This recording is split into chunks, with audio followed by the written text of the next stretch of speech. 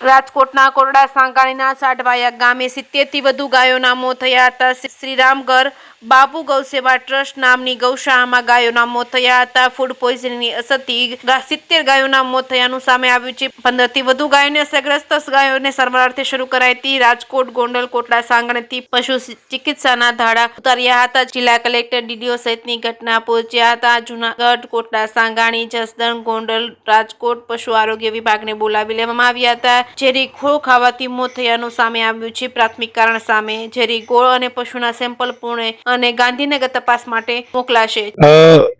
કોટડા સાંગાણી તાલુકાના સાંઢવાયા ગામમાં છેલ્લા 2 દિવસથી ગૌવંશના મૃત્યુના સમાચાર મળે છે. 11 તારીખે અમુક દાતા દ્વારા અહીંયા મગફળીનો જે ખોળ છે અનુદાન આપવામાં આવ્યું છે. આના પછી અમે શંકા વ્યક્ત કરીએ છીએ ડોક્ટર્સની ટીમ અને અહીંયા ગામના લોકોમાં જે લોકો છે, સરપંચશ્રી પણ છે, કે જે વિસ્તારમાં આપવામાં આવ્યું છે આ વિસ્તારમાં જ પશુઓની મૃત્યુ જોવા મળી છે. અને છેલ્લા 2 દિવસમાં લગભગ 70 થી વધુ પશુઓના ગૌમૃત્યુ થઈ છે. સતત અહીંયા છેલ્લા 2 દિવસથી ડોક્ટર્સની તમામ ટીમ્સ અને ગ્રામજનો પોતપોતાની રીતે મહેનત કરે છે અને ડોક્ટર્સની ટીમ્સ દ્વારાનું જેટલું પણ ટ્રીટમેન્ટ કરી શકાય ડિહાઇડ્રેશનથી મેન્ટેન કરીને એનીમાં જે પણ કરવાનું હોય એ બધું ચાલે છે.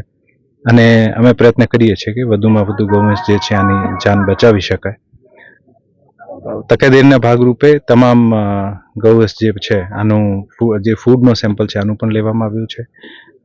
અને અમુક સેમ્પલ બેસિસ ઉપર જે પણ પશુ મૃત્યુ થયા છે આના ઓર્ગન્સ પણ ફોરેન્સિક સેમ્પલિંગ માટે અને જુદી જુદી રીતે તમામ આસ્પેક્ટ ટોક્સિન હોય અથવા કોઈ ઓર્ગેનિઝમ હોય આ બંનેના આસ્પેક્ટ ઉપર આના સેમ્પલ લેવામાં આવ્યા છે. અને આ તમામ સેમ્પલ અમદાવાદ અને પુણે પર મોકલવામાં આવ્યા છે. આવનારા દિવસોમાં આપણને ખબર પડશે કે આના પાછળ જે કારણ છે જે છે રીઝન શું છે. પણ અત્યારે ખડે પગે ડોક્ટર્સની ટીમ અને આખા ગ્રામજનો અહીંયા પોતપોતાની રીતે ઊભા છે અને અમે પ્રયત્ન કરીશું કે જેટલા આપણે વધુમાં વધુ પશુધન બચાવી શકાય આના માટે તંત્ર ખૂબ સહકાર કરશે. સૂત્રો પાસે 100થી વધારેનો આંકડો આવે ગાયોનો મોત થયો હોય તો હકીકત શું છે? લગભગ 70 જેવા ડેથ જે છે રાત્રે થઈ ગયા છે. અત્યારે પણ અમુક પશુ ટ્રીટમેન્ટમાં ચાલે છે. જે પણ ફાઇનલ ફિગર આવશે આપને જાણ કરવામાં આવશે. ઓકે.